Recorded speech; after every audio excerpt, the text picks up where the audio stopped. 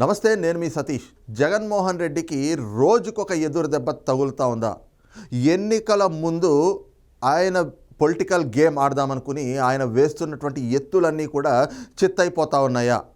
ఈ రోజున ఏదైతే పొలిటికల్ స్ట్రాటజీ పేరుతోటి ప్రజలను మోసం చేయాలి అని జగన్మోహన్ రెడ్డి చేస్తున్నటువంటి కుట్రలన్నీ కూడా భగ్నం అవుతూ ఉన్నాయా అంటే తాజా పరిణామాలు చూస్తూ ఉంటే మాత్రం అవుననేటువంటి సమాధానమే వినిపిస్తూ ఉంది. మరి ఈ రకమైనటువంటి చర్చకు ప్రధానమైనటువంటి కారణం ఏమిటి అంటే తాజాగా జగన్మోహన్ రెడ్డి ఎన్నికలకు ముందు వైఎస్ఆర్ కాంగ్రెస్ పార్టీలో ప్రక్షాళన చేయాలి అనేటువంటి ఒక ఆలోచనతోటి, ముఖ్యంగా ఆ పార్టీకి సంబంధించినటువంటి అభ్యర్థుల ప్రకటన కావచ్చు, లేదంటే గనక ఇన్ఛార్జులని నియమించడం కావచ్చు, ఆ ప్రక్రియనైతే గనక ప్రారంభించారు. ఇది కూడా ఏ క్రమంలో ప్రారంభమైంది అంటే ముఖ్యంగా జగన్మోహన్ రెడ్డికి అత్యంత ఆప్తుడు, ఎంతో నమ్మకస్తుడుగా ఇంతకాలం కూడా మెలిగినటువంటి అదే వైఎస్ఆర్ కాంగ్రెస్ పార్టీ మంగళగిరి ఎమ్మెల్యేగా ఉన్నటువంటి ఆళ్ల రామకృష్ణారెడ్డి రాజీనామాతోటి ఈ విధమైనటువంటి ఒక రాజకీయ డ్రామాకైతే జగన్మోహన్ రెడ్డి తెర లేపారు అన్నటువంటి అభిప్రాయాలు వ్యక్తమవుతూ ఉన్నాయి. కారణం ఏంటి అంటే Alla Ramakrishna Reddy all of a sudden అసలు ఎవరు ఊహించని విధంగా ఒక్కసారిగా తాను రాజీనామా చేస్తున్నాను అంటూ వచ్చి ఒక ప్రకటన చేశారు. ఆయన రాజీనామా లేఖని కూడా స్పీకర్ ఫార్మాట్లో అందించారు అసెంబ్లీ ఏదైతే స్పీకర్ కార్యదర్శికి. అలాగే చూస్తే ఇంకో పక్కన ఆయన రాజీనామా చేసినటువంటి కొద్ది గంటల వ్యవధిలోనే గాజువాక నియోజకవర్గంలో అక్కడున్నటువంటి వైఎస్ఆర్ కాంగ్రెస్ పార్టీ ఇన్ఛార్జ్, అలాగే వైఎస్ఆర్ కాంగ్రెస్ పార్టీ ఎమ్మెల్యే కుమారుడైనటువంటి దేవన్ రెడ్డి ఆయన కూడా తన పార్టీ సభ్యత్వానికి రాజీనామా చేశారు. ఈ క్రమంలోనే వైఎస్ఆర్ కాంగ్రెస్ పార్టీ నుంచి సీనియర్ నేతగా ఉన్నటువంటి బొత్స సత్యనారాయణ, అలాగే ఆ పార్టీకి సంబంధించినటువంటి ప్రధాన కార్యదర్శిగా ఉన్నటువంటి సజ్జల రామకృష్ణారెడ్డి, వీళ్ళిద్దరూ కూడా మీడియా సమావేశం పెట్టి ఒక 11 నియోజకవర్గాలకు సంబంధించి ఇన్ఛార్జులని నియమిస్తున్నట్లుగా, అంటే అభ్యర్థులని ఇండైరెక్ట్గా ప్రకటిస్తున్నట్లుగానే ఒక ప్రకటన అయితే విడుదల చేశారు. వాళ్ళు దాన్ని స్పష్టం చేసి మీడియా ముందుకు వచ్చి స్పష్టం చేసి ప్రకటన చేసినటువంటి పరిస్థితి కూడా కనిపిస్తూ ఉంది. అయితే ఈ క్రమంలోనే జగన్మోహన్ రెడ్డి ఇంకా ఎన్నికలలో పూర్తిగా వైఎస్ఆర్ కాంగ్రెస్ పార్టీని ప్రక్షాళన చేయబోతా ఉన్నారు. ఎక్కడైతే గెలిచేటువంటి అభ్యర్థులు ఉంటారో వారినే ఈసారి బరిలో దింపబోతా ఉన్నారు అని చెప్పేసి అదే మీడియా సమావేశం వేదికగా అటు బొత్స సత్యనారాయణ, ఇటు సజ్జల రామకృష్ణారెడ్డి వీళ్ళిద్దరూ కూడా ప్రకటన చేశారు. మరి 11 మంది అభ్యర్థులు అంటే నియోజకవర్గ ఇన్ఛార్జులను ఎవరైతే ప్రకటించారో ఆ ప్రక్రియ ఒక్కసారి చూసుకున్న తర్వాత తాజా పరిణామాలను కూడా ఒక్కసారి చర్చించుకుందాం. ముఖ్యంగా చూస్తే డిసెంబర్ 11వ తారీఖున అంటే ఆళ్ల రామకృష్ణారెడ్డి రాజీనామా చేశాడు.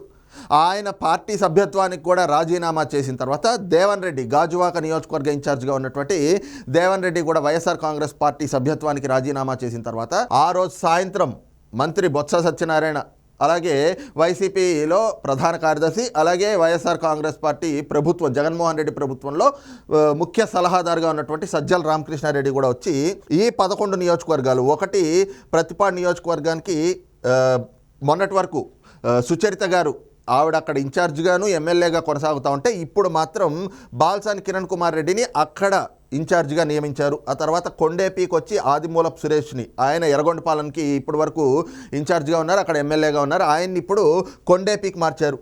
అలాగే వేమూరుకు వచ్చేసి వరికూటి అశోక్ బాబు, తాడికొండకు వచ్చేసి మేకతోటి సుచరిత, మొన్నటి వరకు ఉండవల్లి శ్రీదేవి గారు అక్కడ ఎమ్మెల్యేగా ఉన్నారు, అక్కడ కూడా ఆవిడ ఆ పార్టీని వీడి బయటకు రావడంతో ఇప్పుడు సుచరిత గారిని తీసుకెళ్లి ఆ నియోజకవర్గానికి ఇన్ఛార్జిగా వేశారు.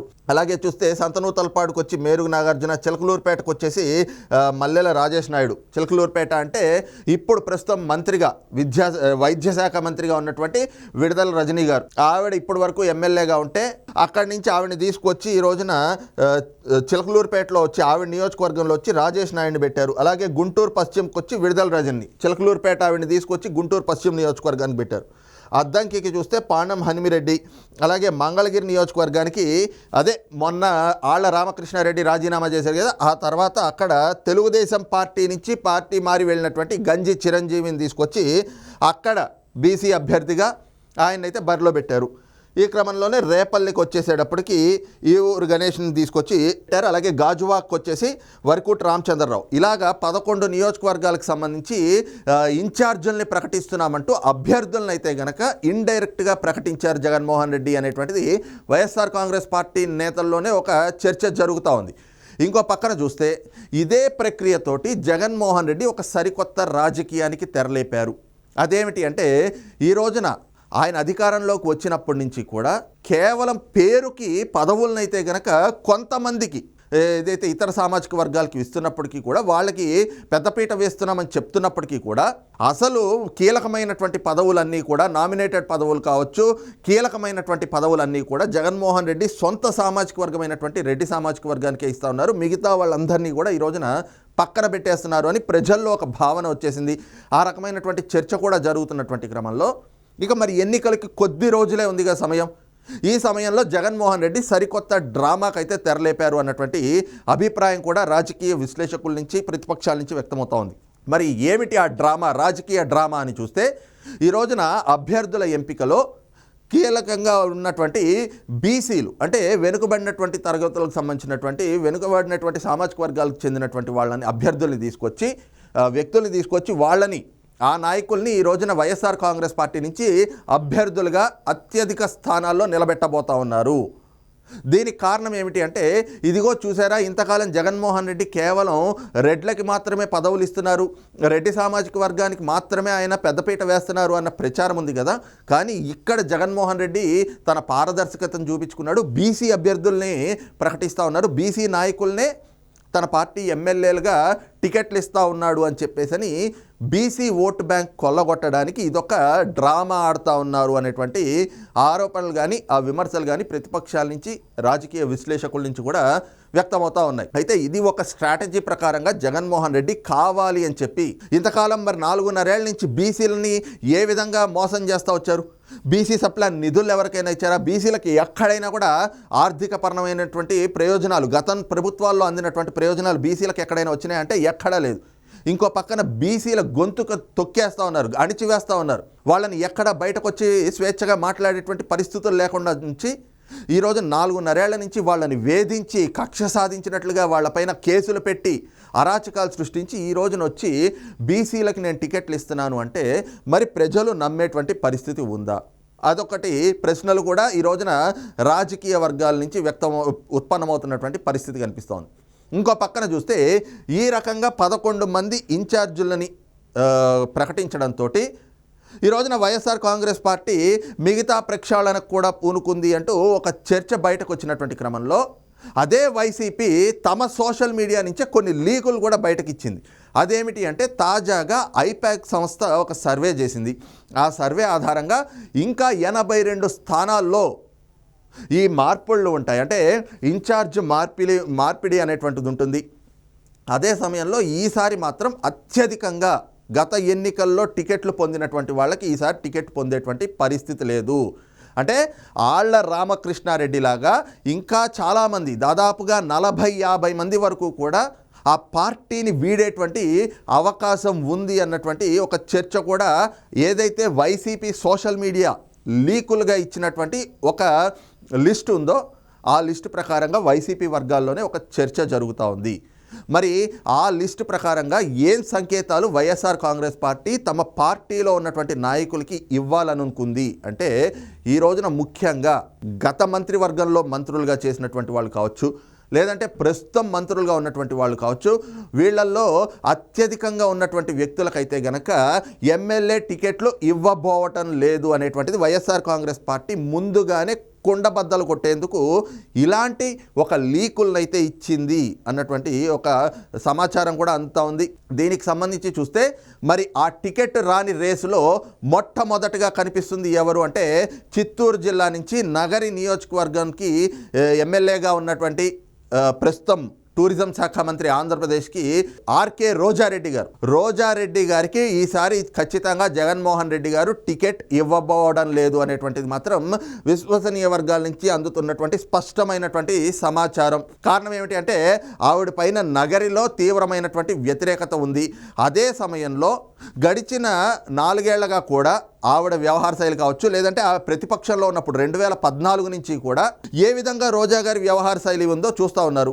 ఇక నగరి నియోజకవర్గంలోనే అక్కడ ఆవిడ గెలిచేటువంటి పరిస్థితులు లేకపోగా తాజాగా ప్రతిపక్షాల మీద ముఖ్యంగా తెలుగుదేశం పార్టీ అధినేతగా ఉన్నటువంటి చంద్రబాబు నాయుడు గారిపైన, లోకేష్ గారిపైన, లేదా వాళ్ళ కుటుంబాల్లో ఉన్నటువంటి మహిళల పట్ల అలాగే జనసేన అధినేత పవన్ కళ్యాణ్ పైన కావచ్చు, లేదా ఆయన వ్యక్తిగత జీవితాలకు సంబంధించి కావచ్చు, రోజా గారు మాట్లాడుతున్నటువంటి తీరునైతే కనుక అత్యంత జుగుప్సాకరంగా ఉంది అన్నటువంటి అభిప్రాయాలు అయితే కనుక ఐపాక్ సంస్థ నిర్వహించినటువంటి సర్వేల్లో ఆవిడ పైన ప్రజల్లో తీవ్రమైనటువంటి వ్యతిరేకత నెలకొంది. కాబట్టి ఆవిడ ఎక్కడ పోటీకి నిలబడ్డా కూడా ప్రజలు ఓట్లేసేటువంటి పరిస్థితి లేదు అనేటువంటి ఒక స్పష్టమైనటువంటి నివేదిక అయితే కనుక ఈ రోజున ఐపాక్కి అందింది. ఈ ఐపాక్ సంస్థ ఇస్తున్నటువంటి నివేదిక ఆధారంగానే ఈ రోజున జగన్మోహన్ రెడ్డి గారు ఆర్కే రోజారెడ్డికి టికెట్ ఇవ్వబోవడం లేదు.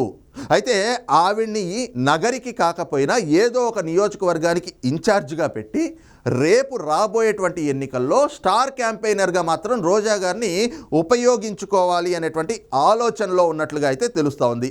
అదే సమయంలో చూస్తే అదే చిత్తూరు జిల్లాకు సంబంధించినటువంటి మరొక మంత్రి, ఉప ముఖ్యమంత్రిగా ఉన్నటువంటి నారాయణ స్వామికి కూడా ఈసారి టికెట్ ఇవ్వబోవడం లేదు అనేటువంటిది ఐపాక్ సంస్థ తాజాగా జగన్మోహన్ రెడ్డి గారికి వైఎస్ఆర్ కాంగ్రెస్ పార్టీ అధినాయకత్వానికి అందించినటువంటి సర్వే ఆధారంగా మాత్రం నారాయణ స్వామికి, అలాగే మరొక ఉప ముఖ్యమంత్రిగా ఉన్నటువంటి అంజద్ బాషాకి, చిత్తూరు జిల్లాలో ఈ ముగ్గురు మంత్రులకి కూడా ఈసారి టికెట్లు లభించడం లేదు అనేటువంటిది అయితే కనుక ఒక స్పష్టమైనటువంటి సమాచారం అంతా ఉంది. అదే సమయంలో కడప జిల్లాకు వచ్చేటప్పటికి కడప జిల్లాలో కూడా ఈసారి ఖచ్చితంగా అభ్యర్థుల మార్పిడి అనేటువంటిది చాలా స్పష్టంగా కనిపిస్తూ ఉంది.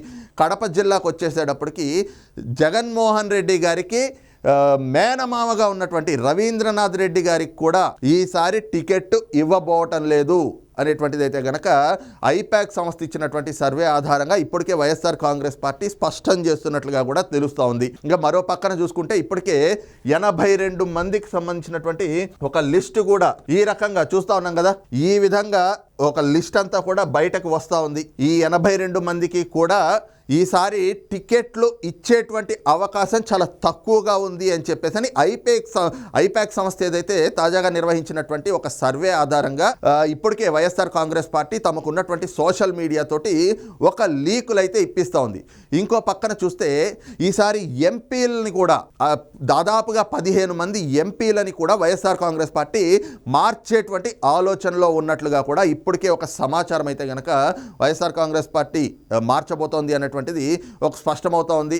ఈ క్రమంలోనే ఈ 82 మంది అభ్యర్థులు ఎవరైతే అసెంబ్లీ అభ్యర్థులు ఉన్నారో వారి నుంచే కొంతమందిని సెలెక్ట్ చేసి వాళ్ళని ఎంపీ అభ్యర్థులుగా వెళ్ళాలి అని చెప్పేసి ముఖ్యంగా చూస్తే కనుక ఇప్పటి వరకు మంత్రిగా ఉన్నటువంటి బొత్స సత్యనారాయణని రేపు 2024లో విజయనగరం ఎంపీగా పోటీ చేయించేటువంటి ఆలోచనలో ఈ రోజున జగన్మోహన్ రెడ్డి ఉన్నట్లుగాను, అలాగే శ్రీకాకుళం జిల్లా నుంచి ఎంపీ స్థానానికి తమ్మినేని సీతారాం, ప్రస్తుతం ఆంధ్రప్రదేశ్ అసెంబ్లీ స్పీకర్గా ఉన్నటువంటి తమ్మినేని సీతారాం పేరుని కూడా పరిశీలిస్తున్నట్లుగా కూడా విశ్వసనీయ వర్గాలు పరిశీలిస్తున్నట్లుగా కూడా వైఎస్ఆర్ కాంగ్రెస్ పార్టీ శ్రేణుల నుంచి అయితే కనుక కొన్ని గుసగుసలు వినిపిస్తూ ఉన్నాయి.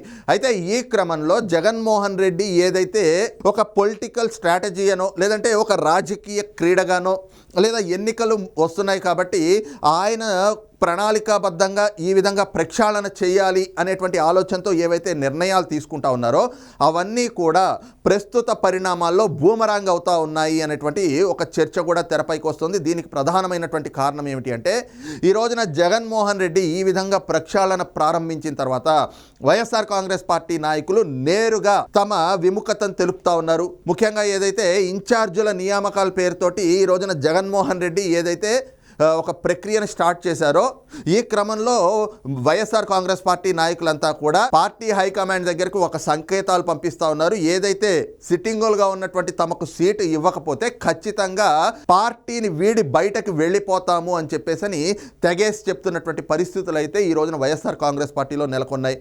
అదే సమయంలో ఎమ్మెల్యేలుగా ఉన్నటువంటి వ్యక్తుల్ని ఎంపీలుగా వెళ్ళమని చెప్పేసి అంటా ఉంటే మాకు మీరు టికెట్ ఇవ్వకపోయినా పర్వాలేదు, మీ పార్టీలో కొనసాగద్దని చెప్పినా కూడా మాకు ఎలాంటి మొహమాటం లేదు, నిర్మోహమాటంగా పార్టీ వదిలి వెళ్ళిపోతాము. కానీ ఈ ఎంపీలు ఎమ్మెల్యేలు అంటూ మీ రాజకీయ లబ్ధి కోసం మా రాజకీయ భవిష్యత్తుని మాత్రం మీరు నాశనం చేయొద్దు, కావాలంటే మీకు ఇంకెవరినైనా పెట్టుకోండి కానీ మేము మాత్రం ఎంపీలుగా వెళ్ళము అని చెప్పేసి కూడా ఈ రోజున జగన్మోహన్ రెడ్డికే వైఎస్ఆర్ కాంగ్రెస్ పార్టీ నాయకులు తెగేసి చెప్తా ఉన్నారట. ఈ క్రమంలోనే ఏదైతే ఇప్పుడు నిన్నటి వరకు జగన్మోహన్ రెడ్డి ఒక 11 మంది నియోజకవర్గాల ఇన్ఛార్జీలను ప్రకటించి మిగతా వాళ్ళందరినీ కూడా ప్రక్షాళన పేరుతోటి మిగతా లిస్టు కూడా ప్రకటిస్తాము అతి త్వరలోనే అని చెప్పేసి సజ్జల రామకృష్ణారెడ్డి, మంత్రి బొత్స సత్యనారాయణ స్పష్టం చేశారు, ఒక ప్రకటన చేశారు. ఇప్పుడు ఆ అభ్యర్థులు లేదంటే కనుక నియోజకవర్గాల ఇన్ఛార్జుల ప్రక్రియ అంటే వాళ్ళని ప్రకటించేటువంటి ప్రక్రియకైతే మాత్రం తాత్కాలికంగా బ్రేక్ పడింది. ఎందుకంటే ఒకవైపు వైఎస్ఆర్ కాంగ్రెస్ పార్టీలో సొంత పార్టీ నాయకుల నుంచే జగన్మోహన్ రెడ్డికి నేరుగా విముఖత రావటం, వాళ్ళు ససేమిరా వీళ్ళు తీసుకుంటున్నటువంటి పార్టీ అధిష్టానం తీసుకుంటున్నటువంటి నిర్ణయాలకి ససేమిరా అంటుండడంతో చేసేది లేక అనుకున్నది ఒకటి అయ్యింది ఒకటి అన్న తీరులో ఈరోజు జగన్మోహన్ రెడ్డి వేస్తున్నటువంటి ఎత్తులన్నీ కూడా చిత్తవుతుండడంతో ఆయన ఏదైతే పొలిటికల్ స్ట్రాటజీ అనుకుని ఒక ప్రణాళికాబద్ధంగా వెళ్దాము అని చెప్పేసి అత్యుత్సాహం ప్రదర్శిస్తూ ఈ రోజున ఏదైతే నియోజకవర్గ ఇన్ఛార్జీలను ప్రకటిస్తూ ఉన్నారో, ఇన్ఛార్జీల పేరుతోటి ఇన్ఛార్జీల నియామకం పేరుతోటి ఒక రాజకీయ క్రీడ ఆడుతూ ఉన్నారో అదంతా కూడా బూమరాంగ్ అయినట్లుగా కనిపించే ఈ రోజున ఆ అభ్యర్థుల ప్రకటనలో లేదంటే గనక నియోజకవర్గ ఇన్ఛార్జీల ప్రకటన అయితే గనక ప్రస్తుతానికి